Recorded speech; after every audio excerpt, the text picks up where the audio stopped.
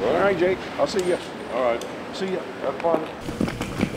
Being able to go to Washington with this group of guys like this and see the memorials that were built there for all the veterans, it's going to be a long and interesting trip. Mr. Webb. There are 11 Veterans Day ceremonies happening in Washington, D.C. this year. These Nevada veterans don't know it yet, but they're a part of several. Hey, guess what? I'm going on the honor flight, man. It's been on my bucket list for 50 years. This is our fourth trip this year of 2017. We have 40 veterans from World War II to Vietnam, and it's Veterans Day. So we're going to get to celebrate Veterans Day and the Marine Corps birthday in D.C. Even our oldest one right now is 96 years old, and he's flying out to Baltimore to pay tribute. So we can have a nice round of applause, folks. Thanks very much. I've never had this privilege or the treatment. Well, that's about time. It's fantastic. Welcome aboard. We have a special set of folks on board. It's an honor flight if you haven't figured that out, and it's a thrill to have all of you with us. And after a long day of flying, there's a long overdue welcome waiting at Baltimore Washington International. Unbelievable. Just makes me feel real great and appreciated. Welcome, Bob. Thank you for serving. My dad was a veteran too, and he died this year, so it was real moving. It's my second hour flight, so it just meant a lot to me. And for the veterans, it's on to the bus, where a jam-packed day in our nation's capital awaits.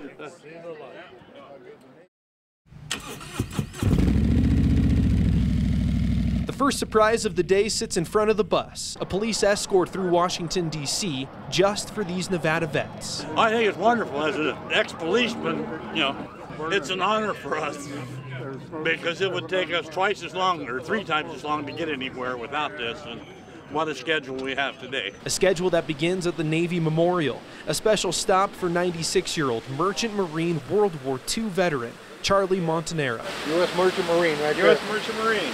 Never knew it was here. Don't believe it. I don't believe it. At the World War II Memorial, there's only 2. There's one about that big around at the flagpole. And there's one over on the, well, as you go in, it's over on the right wall. It's about that big. And stops at the American Veterans Disabled for Life Memorial and the Air Force Memorial.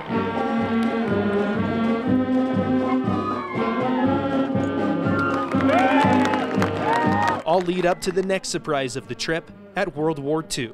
This group's 3 World War II veterans are laying wreaths at the Veterans Day ceremony here. I just laid a wreath that was the American Veterans wreath, and I did not know it till I got here, and it's just amazing. I'm so impressed with everything and everybody and what's going on. I just highlighted my life. Oh, say can you see? But for the rest of the veterans, their highlight came at their memorial, sitting front row at the ceremony at the wall. This is the best honor I've ever had in my life. It's pretty emotional for me, very emotional. I mean, and I think of all the guys. 1 minute, I'm putting them on a helicopter to go in country, to fight for our country, and then 3 days later, they come back and they're in body bags, and it works on you. It really works on you. And I pledge myself that before I die, I'm going to go to the wall. Something clicked, because this is a reminder that this country will never forget. And since then, it's been a lot different for veterans, especially Vietnam vets. I came here with the hopes that I would find something, closure, and I feel like I got what I came for.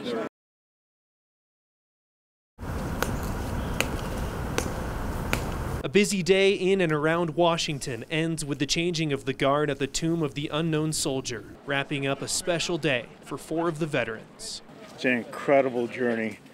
To be here with my 4 brothers, 50 years together, it's a bucket list for us, and it's just something that I couldn't imagine to do by myself. I had to have my 4 brothers here with me. We could do it by ourselves, but we had a commitment together, we served together, we live in the same town, and then we did this together. It is a bucket list. So right now, today, is your mail call. Bell! Back at the hotel, the vets are given letters from home, family, friends, and complete strangers, all taking the time to write. This is Pop. Glad that you were able to get this wonderful opportunity to celebrate your service and visit the Capitol. Thank you for being a veteran. We all owe you a debt of gratitude. Jake.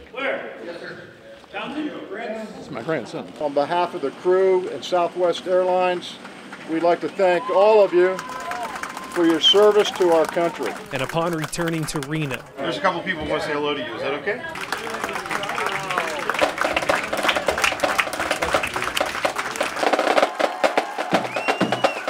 the veterans finally received the welcome home they all deserve.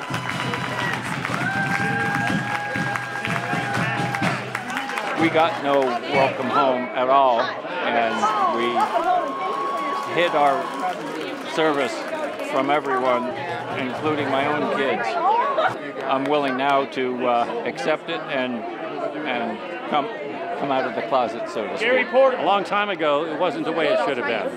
They didn't recognize the military, and I really think that people got it in their minds that that was wrong, and it's almost a guilt thing where they're coming back and saying, you know, we didn't do it right, let's do it right, and they are really doing it right.